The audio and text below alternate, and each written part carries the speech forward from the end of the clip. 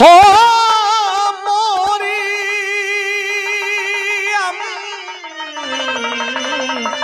हो राम।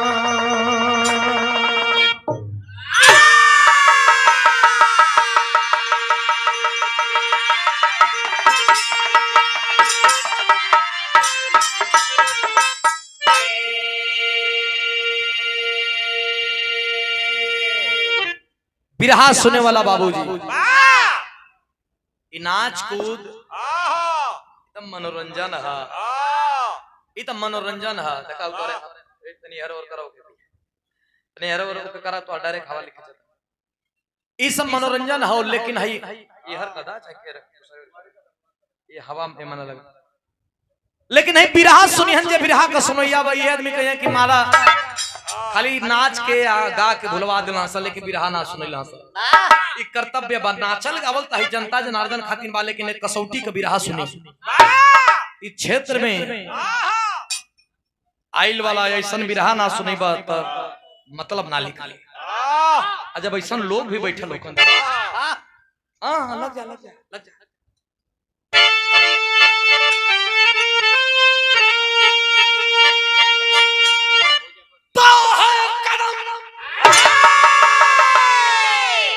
झूमती झूमती मैदानी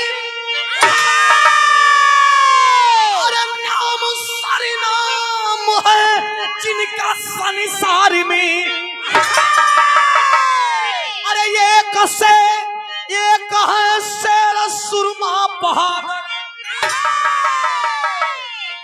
अरे है तपे त्याग बलिदान अंगार में। एक से एक है शेर सुरमा बहादुरी, अरे यार पढ़ किया अरे यार की जो जवानी, अरे कवि की कलम कर रही है नमन। याद आता हमें आज उनकी कहानी।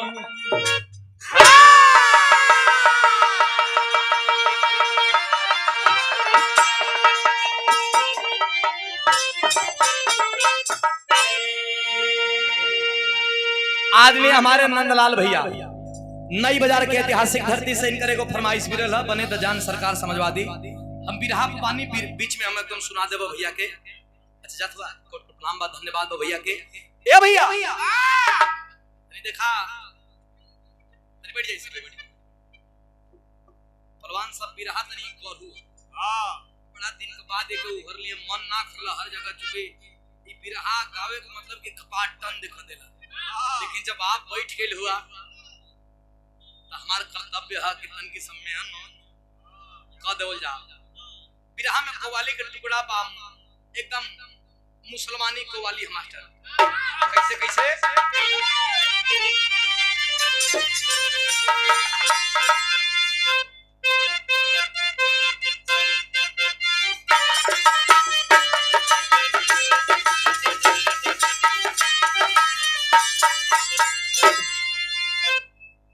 लोग बैठे हैं, हरियाली कहता है अरे लेते ही नाम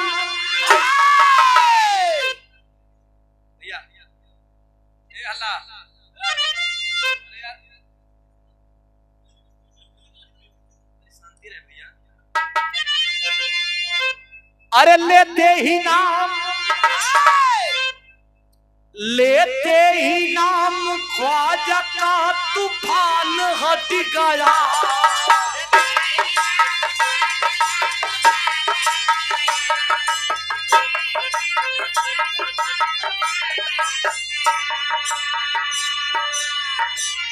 लेते ही नाम ख्वाजा का तूफान हट गया।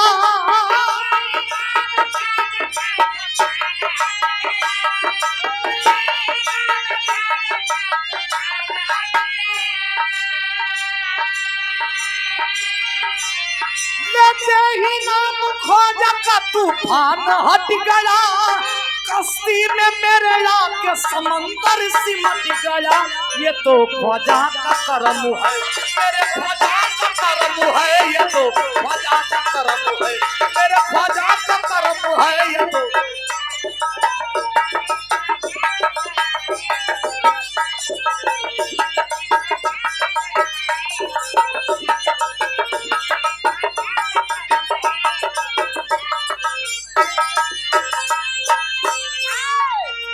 ये तो ख्वाजा का करम है, मेरे ख्वाजा का करम है।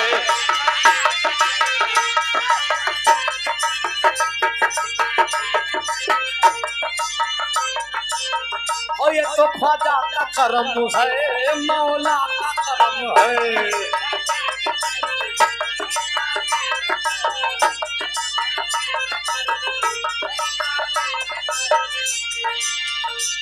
लेते ही नाम ख्वाजा का चट्टान, लेते ही नाम ख्वाजा का तूफान हट गया।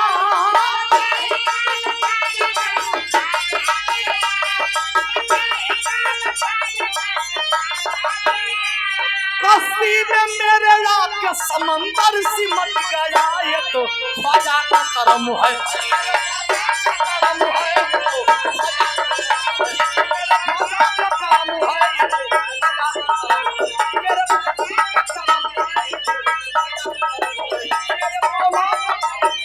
तो अल्लाह का करम है, मेरे ख्वाजा का करम है। तो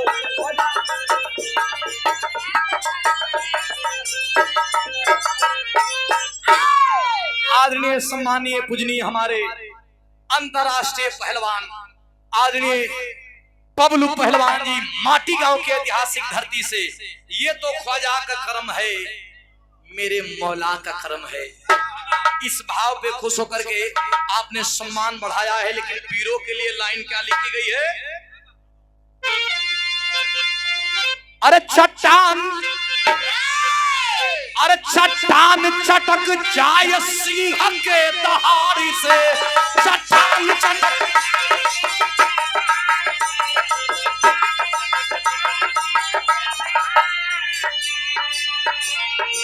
चट्टान चटक जाए सिंह के दहाड़ी से, चट्टान चटक जाए सिंह के।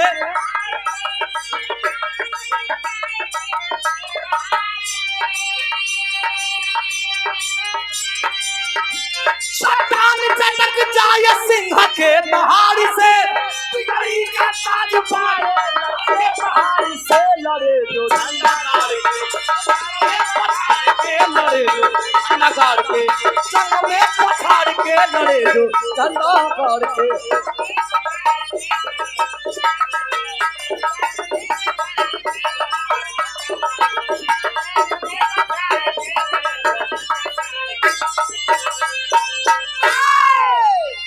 झंडा गाड़ के। ए भैया, ये हमें से कहानी को शुरुआत जौहरी शहर में लिखल गई बा। कैसे मास्टर?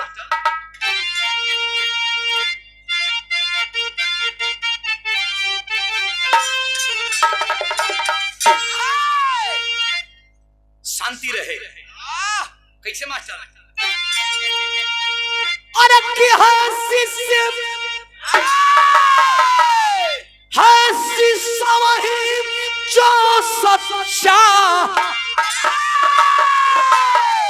जो गुरु का मन बढ़ाए, अरे थाम रहे गुरु पर की, वह बहुत ज्ञान को पाए। पढ़वाओ तुम्हें है बनना, नित माता रही बताती, पढ़वाल कमा की गाथा अमन को रही सुनाती।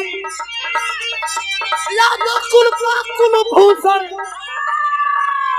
गुरु का मान बढ़ाना, अरे विश्व विजय की झंडा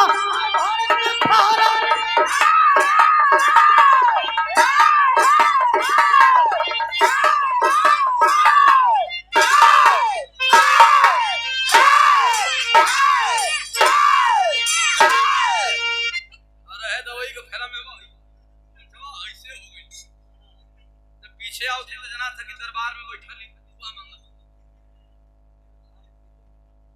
ए भैया बात का समझ ला। पंजाब प्रांत ये गांव से शेखपुरा।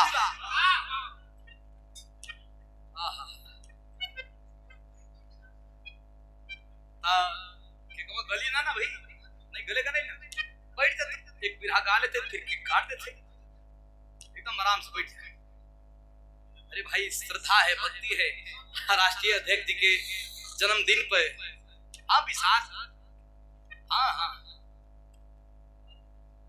आज हमारे हाँ ता ये भाई कला के भाई देखा हम राष्ट्रीय अध्यक्ष जी का केक तोहरे हाथे से कटवाई, केक लेके आई लो एकदम एकदम हम बस बिरहा गा लेते, उसके बाद ठप देख केक कटवाओ भैया हो। एक गांव जो ने गांव में एक बुढ़िया महतारी का मर्द अंग्रेजन से लड़ाई में शहीद हो गई। 18-19 वर्ष का लड़का बा, जो लड़का का नाम अंगद बा। गरीबी में दिन काट रहल बा माई, लेकिन अपने बेटा के कहे ये बेटा तोर बाप पहलवान रहल, आ तोरा के पहलवान हम कामा पहलवान जैसा बनावल चाहते हैं।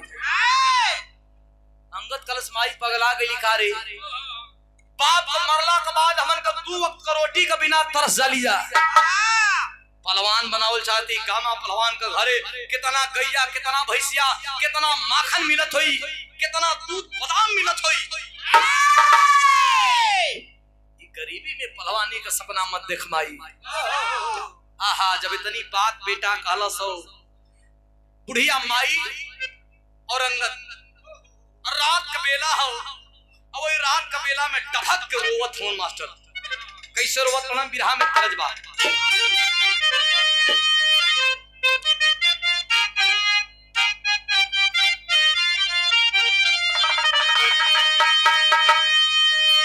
बुढ़िया माई रोत बा के हमार बेटा के एक बात कली पहलवान बने, कई पहलवान ना बन पाई। भगवान कौन गरीबी दिखावत हुआ है, लेकिन तरज कौन है तब वो पूरा ना होई कि गोरी कहा तारी राम। ये खुशी हमार जन्म ना रहे तो तोरो जन्म नहीं है, जैसे कि हमारा से साल 6 महीना तू छोटो होई बू, बड़ तो नहीं होई बू।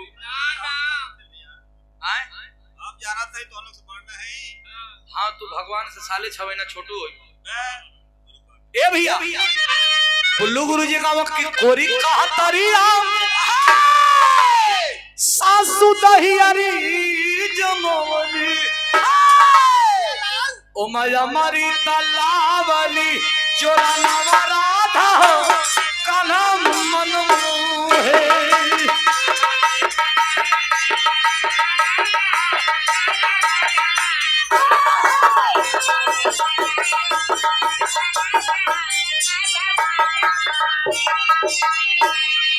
अरे अमृत लावली जोरा नवा राधा कान्हा मन मोहे।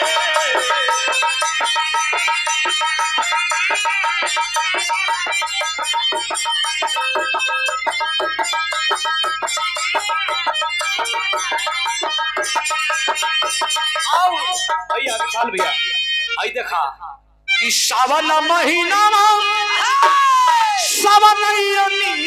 लगले, अरे काला तिलक गोरिया की, अरे काला तिलक गालावा की गोरैया लगली, रस रस झूलली राधा काला मन मोहे।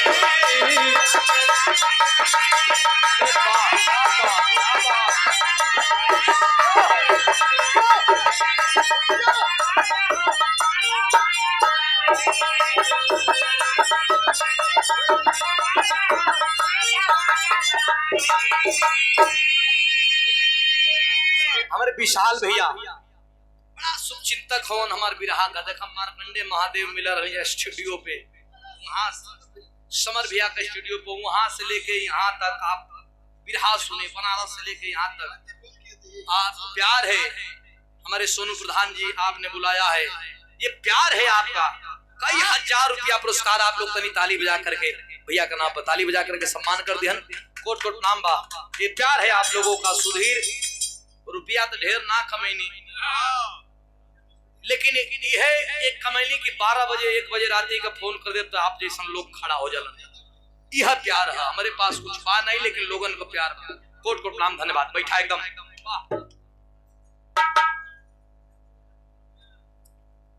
लेकिन ये भैया राजवंश भैया बुढ़िया मतारी अंगद के कलश के तू गामा पहलवान जैसे ना बनबे का, कलश की ना बन तने हेयर बहुत हेयर हल्ला होत बा। माई रात का सुतल बे रोवत बे का आवे ना करीबिया माई बेटा की भैया फूल जस चेहरा मुरझाई गईल नहीं मिलल यार। रात कलैका सुतल बा देखलस की माई रोत बिया, माई रोत बिया। बिहान भयल, आज बिहान भयल तो चल हल जंघिया लंगोटा लेके गांव का अखाड़े का तरफ। अरे करे लारी आज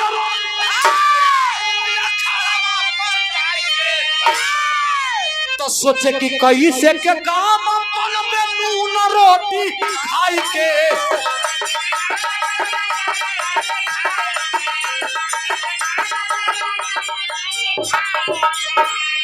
अरे आत्मविश्वास सब भुलाई गई नहीं मिलल यार। उहे अंगद गांव का अखाड़ा पे गई। आज तक अखाड़ा हर जगह बंद हो गई पहलवान साहब, लेकिन पहले हर गांव में एक अखाड़ा मिल जाए। गांव का अखाड़ा पे पहुंचल 4 बजे भोरे में। आज 4 बजे से रियाज करत करत 8 बजा बबलू पहलवान जैसन दूगो पहलवान कहे बचवा मैं रियाजवा आजे मार देबो का। लइका कलश के का करी बाबू, घरवा जाई तो भूख लगी तो माई से खाना मांगब, घरे खाना है ये नहीं खे। माई कहतिया के गामा पहलवान जैसन पहलवान बन जा। कैसे पहलवान बनी? दोनों पहलवान अलग के अगर पहलवान बने का मन में सपना हो तो यहाँ से 2 कोस दूर पर 2 भाई रहलन। एक भाई का नाम सूरज सिंह, एक भाई का नाम सज्जन सिंह। जा ढेर बड़ लड़वैया बने का मन बात करे अखाड़े पर पहुंच जा, खाए पिए का कोनो दिक्कत ना हुई पहुंचा। हम कहला कि डूबत नैया के एक तिनका का सहारा काफी होला। अरे दौड़ के गयल बा सूरज सिंह और सज्जन सिंह के अखाड़े पे। वहां का लइका रियाज करके चल गिरलन। एगो लइका जौन सबसे बड़ पहलवान रहे अखाड़ा का माटी बरोबर करत रहे। सूरज सज्जन सिंह अखाड़े पर बैठ के गर्मी पोछत रहा, गर्मी आ गई रहलन। पहुंच के जाके आ सूरज सज्जन सिंह का पहचान करके आ दोनों गोड़ छान। सूरज सिंह कहला कि काहे क्या बात है बेटा, क्या नाम है? कलश के नाम हमारा अंगद बा, तो हर चेला बनल चाहत नहीं। सूरज सज्जन सिंह कहला कि यहाँ चेला उहे बनेला और लइका जौन मेढ़ी अखाड़ा का मेढ़ी बराबर करता वही के जे बाजेला ओकरा के जे दम भर के पटक दही उहे अखाड़ा पर ओकर चेला हमको के चेला बनाई। भैया हो लड़ाई जब दोनों में लड़ावल गई,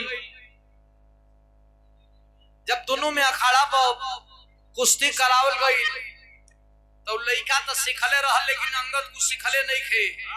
जे हरे से पावे और से दबा के दबावे वही में ईंट दे। जब 2 बेरी ऐठलस तो चेलवा कलश के गुरुजी ई सरवा दाव सिखले नहीं खे, लेकिन बा बड़ी हड़गड़ आरा को मुरादाबाद के दाव बतईबा। दाव जानी तो लड़ी बढ़िया हम तो चेला के बना लो जा। जब ओके चेला बनैला है तो फैल का मास्टर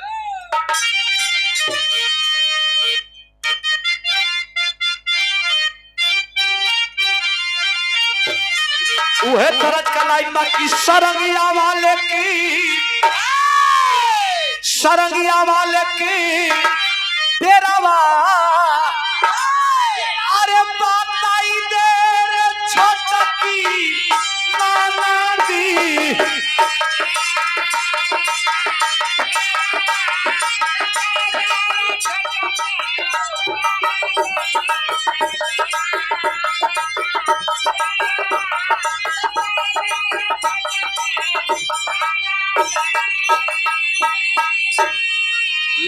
लड़का के जब चेला बनैला लोग तब अरे अंगद के मिलल बा